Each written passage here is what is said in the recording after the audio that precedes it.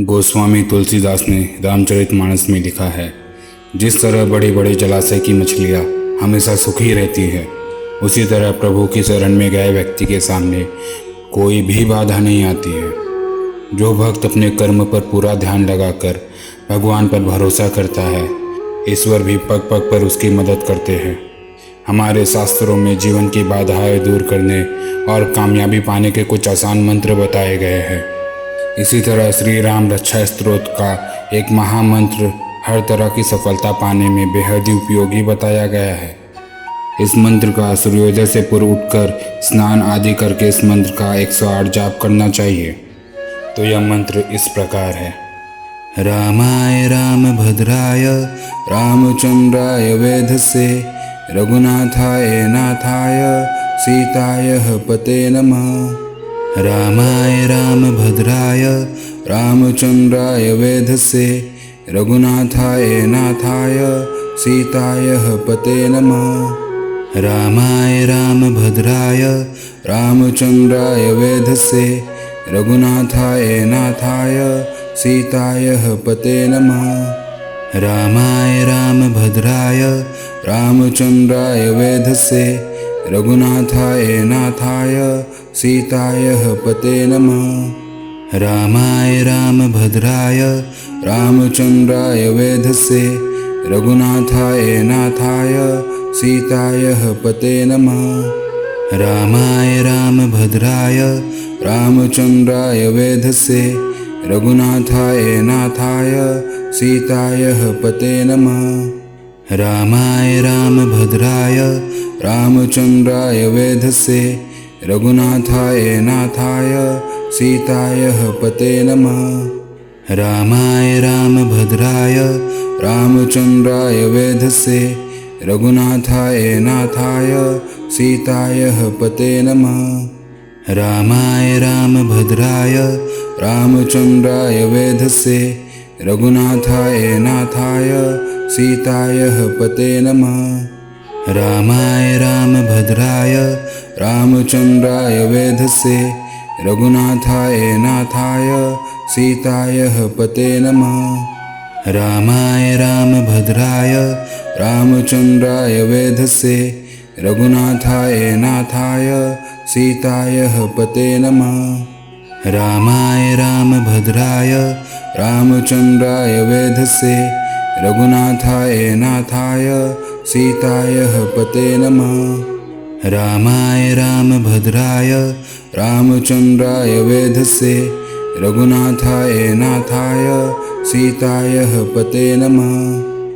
रामाय रामभद्राय रामचंद्राय वेधसे रघुनाथाय नाथाय सीताय पते नमः। रामाय रामभद्राय रामचंद्राय वेधसे रघुनाथाय नाथाय सीताय पते नमः। रामाय रामभद्राय रामचंद्राय वेधसे रघुनाथाय नाथाय सीताय पते नमः। रामाय रामभद्राय रामचंद्राय वेधसे रघुनाथाय नाथाय सीताय पते नमः। रामाय रामभद्राय रामचंद्राय वेधसे रघुनाथाय नाथाय सीताय पते नमः। रामाय रामभद्राय रामचंद्राय वेधसे रघुनाथाय नाथाय सीताय पते नमः। रामाय रामभद्राय रामचंद्राय वेधसे रघुनाथाय नाथाय सीताय पते नमः। रामाय रामभद्राय रामचंद्राय वेधसे रघुनाथाय नाथाय सीताय पते नमः। रामाय रामभद्राय रामचंद्राय वेधसे रघुनाथाय नाथाय सीताय पते नमः। रामाय रामभद्राय रामचंद्राय वेधसे रघुनाथाय नाथाय सीताय पते नमः। रामाय रामभद्राय रामचंद्राय वेधसे रघुनाथाय नाथाय सीताय पते नमः। रामाय रामभद्राय रामचंद्राय वेधसे रघुनाथाय नाथाय सीताय पते नमः। रामाय रामभद्राय रामचंद्राय वेधसे रघुनाथाय नाथाय सीताय पते नमः। रामाय रामभद्राय रामचंद्राय वेधसे रघुनाथाय नाथाय सीताय पते नमः। रामाय रामभद्राय रामचंद्राय वेधसे रघुनाथाय नाथाय सीताय पते नमः। रामाय रामभद्राय रामचंद्राय वेधसे रघुनाथाय नाथाय सीताय पते नमः। रामाय रामभद्राय रामचंद्राय वेधसे रघुनाथाय नाथाय सीताय पते नमः। रामाय रामभद्राय रामचंद्राय वेधसे रघुनाथाय नाथाय सीताय पते नमः। रामाय रामभद्राय रामचंद्राय वेधसे रघुनाथाय नाथाय सीताय पते नमः। रामाय रामभद्राय रामचंद्राय वेधसे रघुनाथाय नाथाय सीताय पते नमः। रामाय रामभद्राय रामचंद्राय वेधसे रघुनाथाय नाथाय सीताय पते नमः। रामाय रामभद्राय रामचंद्राय वेधसे रघुनाथाय नाथाय सीताय पते नमः। रामाय रामभद्राय रामचंद्राय वेधसे रघुनाथाय नाथाय सीताय पते नमः। रामाय रामभद्राय रामचंद्राय वेधसे रघुनाथाय नाथाय सीताय पते नमः। रामाय रामभद्राय रामचंद्राय वेधसे रघुनाथाय नाथाय सीताय पते नमः। रामाय रामभद्राय रामचंद्राय वेधसे रघुनाथाय नाथाय सीताय पते नमः। रामाय रामभद्राय रामचंद्राय वेधसे रघुनाथाय नाथाय सीताय पते नमः। रामाय रामभद्राय रामचंद्राय वेधसे रघुनाथाय नाथाय सीताय पते नमः। रामाय रामभद्राय रामचंद्राय वेधसे रघुनाथाय नाथाय सीताय पते नमः। रामाय रामभद्राय रामचंद्राय वेधसे रघुनाथाय नाथाय सीताय पते नमः। रामाय रामभद्राय रामचंद्राय वेधसे रघुनाथाय नाथाय सीताय पते नमः। रामाय रामभद्राय रामचंद्राय वेधसे रघुनाथाय नाथाय सीताय पते नमः। रामाय रामभद्राय रामचंद्राय वेधसे रघुनाथाय नाथाय सीताय पते नमः। रामाय रामभद्राय रामचंद्राय वेधसे रघुनाथाय नाथाय सीताय पते नमः। रामाय रामभद्राय रामचंद्राय वेधसे रघुनाथाय नाथाय सीताय पते नमः।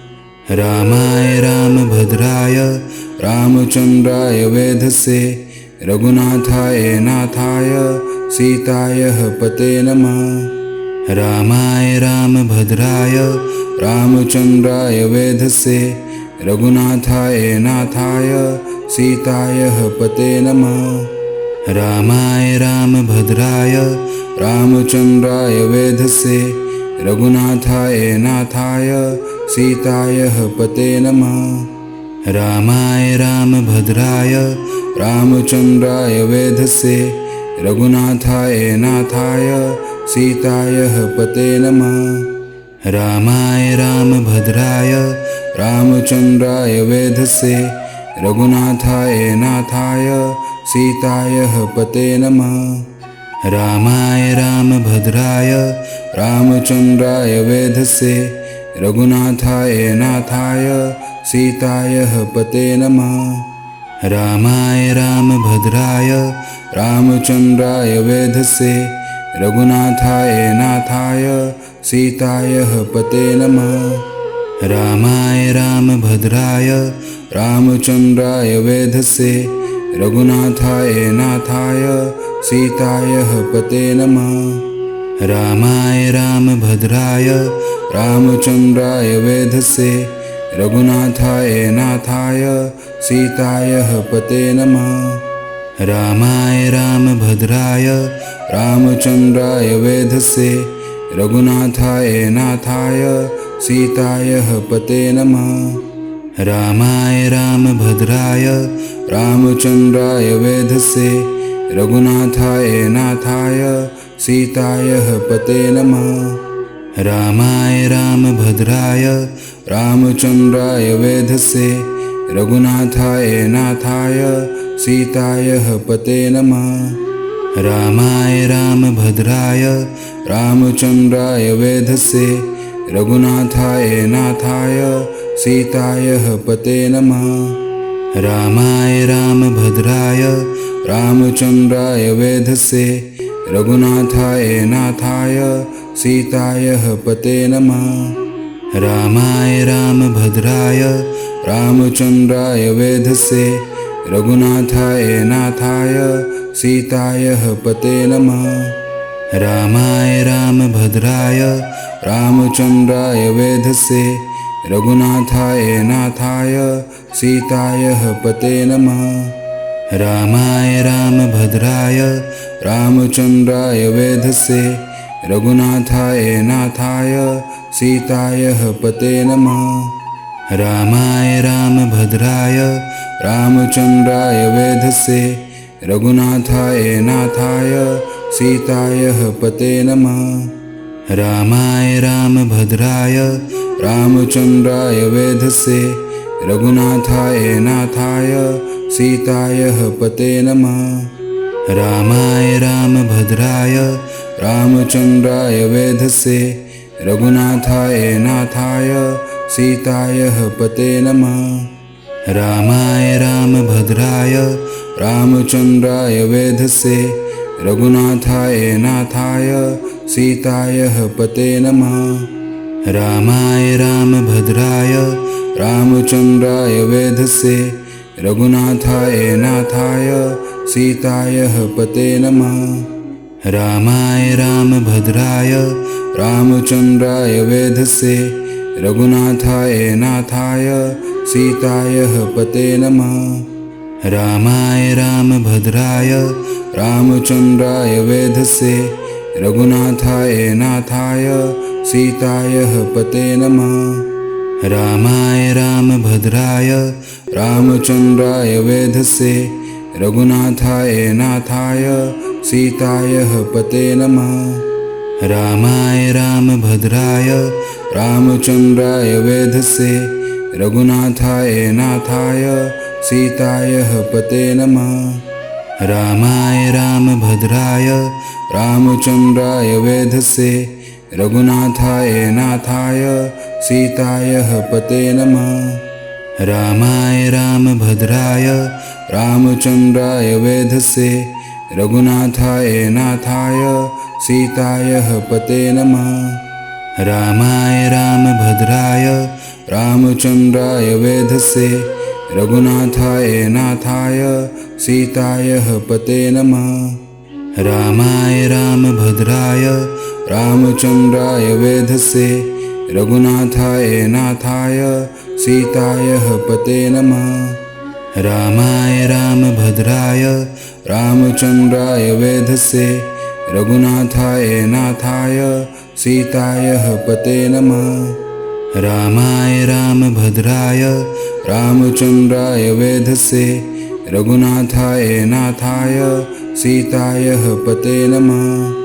रामाय रामभद्राय रामचन्द्राय वेधसे रघुनाथाय नाथाय सीताय पते नमः। रामाय रामभद्राय रामचन्द्राय वेधसे रघुनाथाय नाथाय सीताय पते नमः। रामाय रामभद्राय रामचन्द्राय वेधसे रघुनाथाय नाथाय सीताय पते नमः। रामाय रामभद्राय रामचन्द्राय वेधसे रघुनाथाय नाथाय सीताय पते नमः। रामाय रामभद्राय रामचन्द्राय वेधसे रघुनाथाय नाथाय सीताय पते नमः। रामाय रामभद्राय रामचन्द्राय वेधसे रघुनाथाय नाथाय सीताय पते नमः। रामाय रामभद्राय रामचन्द्राय वेधसे रघुनाथाय नाथाय सीताय पते नमः। रामाय रामभद्राय रामचन्द्राय वेधसे रघुनाथाय नाथाय सीताय पते नमः। रामाय रामभद्राय रामचन्द्राय वेधसे रघुनाथाय नाथाय सीताय पते नमः। रामाय रामभद्राय रामचन्द्राय वेधसे रघुनाथाय नाथाय सीताय पते नमः। रामाय रामभद्राय रामचन्द्राय वेधसे रघुनाथाय नाथाय सीताय पते नमः। रामाय रामभद्राय रामचन्द्राय वेधसे रघुनाथाय नाथाय सीताय पते नमः। रामाय रामभद्राय रामचन्द्राय वेधसे रघुनाथाय नाथाय सीताय पते नमः। रामाय रामभद्राय रामचन्द्राय वेधसे रघुनाथाय नाथाय सीताय पते नमः। रामाय रामभद्राय रामचन्द्राय वेधसे रघुनाथाय नाथाय सीताय पते नमः। रामाय रामभद्राय रामचन्द्राय वेधसे रघुनाथाय नाथाय सीताय पते नमः। रामाय रामभद्राय रामचन्द्राय वेधसे रघुनाथाय नाथाय सीताय पते नमः। रामाय रामभद्राय रामचन्द्राय वेधसे रघुनाथाय नाथाय सीताय पते नमः। रामाय रामभद्राय रामचन्द्राय वेधसे रघुनाथाय नाथाय सीताय पते नमः। रामाय रामभद्राय रामचन्द्राय वेधसे रघुनाथाय नाथाय सीताय पते नमः। रामाय रामभद्राय रामचन्द्राय वेधसे रघुनाथाय नाथाय सीताय पते नमः। रामाय रामभद्राय रामचन्द्राय वेधसे रघुनाथाय नाथाय सीताय पते नमः। रामाय रामभद्राय रामचन्द्राय वेधसे रघुनाथाय नाथाय सीताय पते नमः। रामाय रामभद्राय रामचन्द्राय वेधसे रघुनाथाय नाथाय सीताय पते नमः। रामाय रामभद्राय रामचन्द्राय वेधसे रघुनाथाय नाथाय सीताय पते नमः। रामाय रामभद्राय रामचन्द्राय वेधसे रघुनाथाय नाथाय सीताय पते नमः। रामाय रामभद्राय रामचन्द्राय वेधसे रघुनाथाय नाथाय सीताय पते नमः। रामाय रामभद्राय रामचन्द्राय वेधसे रघुनाथाय नाथाय सीताय पते नमः। जय श्री राम। दोस्तों, अगर आप इस मंत्र का प्रतिदिन 108 जाप करते हैं तो तो आपको जीवन में वह हर सफलता मिलेगी, वह हर चीज़ मिलेगा जो आप पाना चाहते हो, और प्रभु की कृपा आप पर सदैव बनी रहेगी। तो दोस्तों, इस वीडियो में बस इतना ही। मुझे उम्मीद है कि आपको वीडियो पसंद आई होगी और आपको इससे कुछ जानने को मिला होगा। तो अगर आपकी वीडियो पसंद आई तो इसे लाइक कीजिए और अपने परिवार और दोस्तों के साथ जरूर शेयर कीजिए। और ऐसे और भी वीडियोज़ के लिए हमारे चैनल को सब्सक्राइब कीजिए और बेल आइकन पर क्लिक कीजिए, ताकि आने वाली कोई वीडियोज़ आपसे मिस ना हो। और इस वीडियो को पूरा देखने के लिए आपका बहुत बहुत धन्यवाद।